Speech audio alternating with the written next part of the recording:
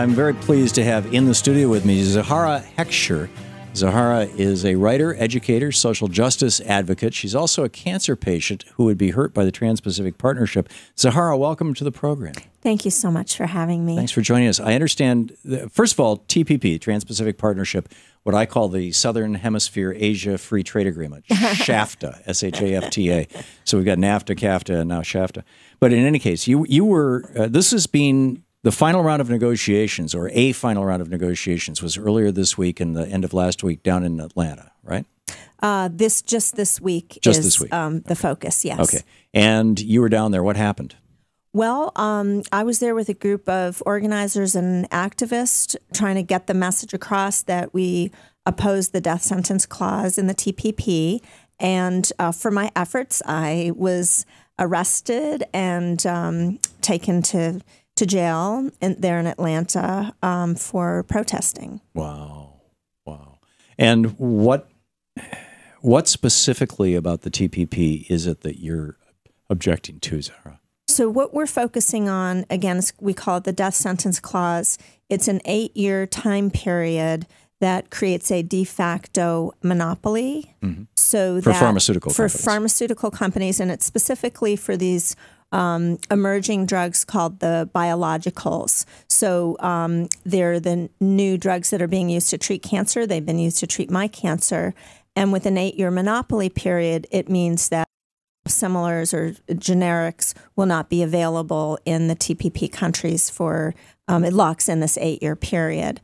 The cost of the medicines is up to hundreds of thousands of dollars per year. Right. That means the lack of biosimilars is a death sentence for women who can't afford hundreds of thousands of dollars, or the healthcare systems themselves cannot afford it in some countries. Yeah, I've seen this in my own family. My wife Louise, who's also a producer of this program, had breast cancer, and the treatment, Herceptin, that she was on was over $100,000. I mean, it was just, had we not had life or health insurance, it would have been a disaster. It's And health insurance companies are increasingly pushing back now. Like, for example, with the Hep C drugs, they're pushing back really aggressively. We don't want to pay this stuff, and this is all because of these patent laws that allow that are basically government monopolies. I mean, you would think that conservatives who don't like crony capitalism and government, would be saying, "Hey, do away with this. Let's listen to Thomas Jefferson or something like that." But they're not. So the TPP is saying this 8-year lockdown is going to happen, among all the TPP countries? All the signatories would be compelled to abide by the 8-year de facto monopoly, right. Which means in all those countries signing on, they would not be able to have biosimilar or generic versions of these biological drugs, right.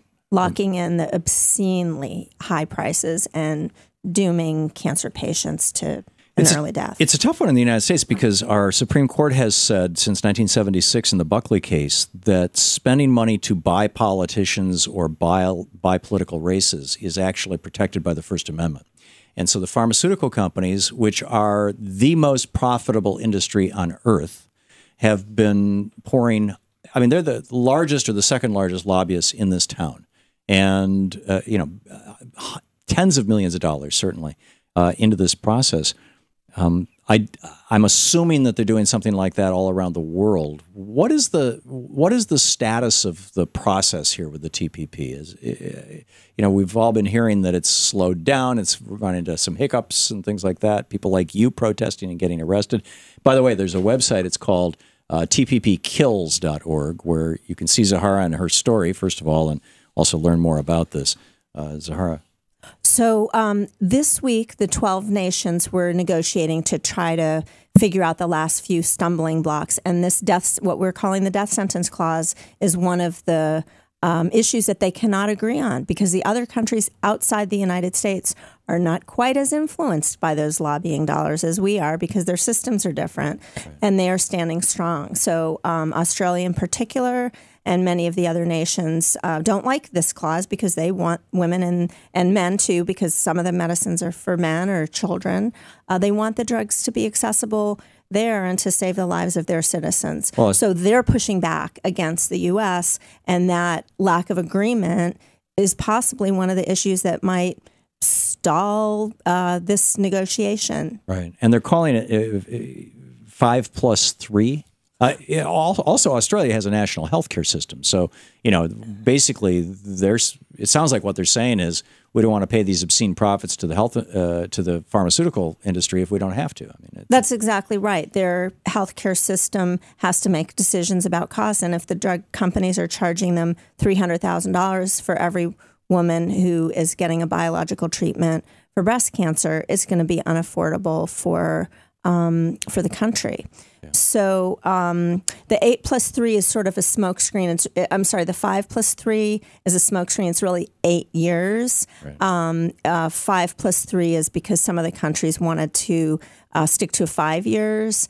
And there's a little smoke screen with the extra 3 years. It basically locks in an 8-year monopoly. And if you think of people like me with cancer, we cannot wait 8 years for medicines to be affordable and accessible. Right. This is nuts.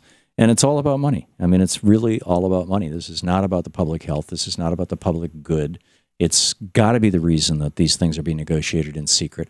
What was it like when you were down there in Atlanta at the meeting where the TPP was being negotiated? What was security like? Was there anything transparent about it? There was essentially nothing transparent. We don't even have the exact text they're negotiating. We only have the older version from the WikiLeaks leak because of this high level of secrecy. So you couldn't walk into the hotel and say, I'd like to sit in and listen on the conversation? Well, actually, I got arrested for walking in and demanding to see the provisions that they were negotiating so I could verify that the death sentence clause was not in there. I did have a few props, including my T-shirt. I have cancer, I can't wait. Yeah. I had an IV pole and I had a headset so that everyone could see me. Mm-hmm. I walked into the reception area. Now, it turns out that a lot of this is behind closed doors, so there's not one big group of people like in the UN discussing. Mm-hmm. It's a lot of small conference rooms where they're having their private conversations and, presumably twisting some arms. But I walked in as far as I could get into the reception area where many of the delegates from the different countries were sitting around having their cups of teas.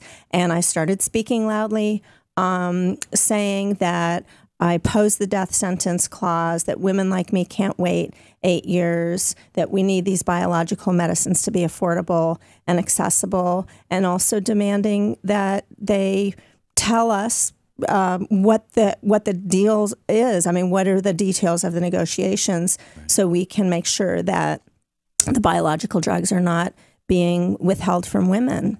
Finally, I had a message for the USTR to say, drop that. You stop pushing this.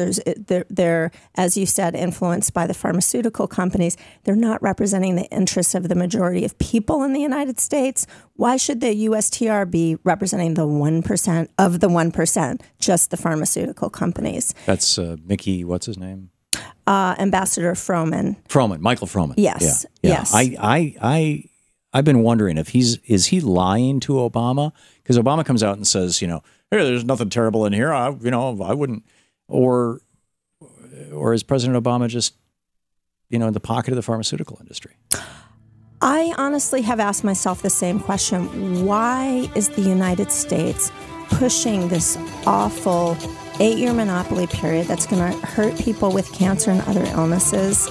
And the only thing I can come up with is the influence of money. Yeah. These pharmaceuticals, as you said, they rival the defense industry for how much they spend on lobbying. It's billions and billions of dollars. Herceptin is a multiple $billion per year drug. Amazing. Just that one drug. Amazing. This is the Thom Hartmann Program. Her name is Zahara Heckscher, and she has her own website, zaharaheckscher.com.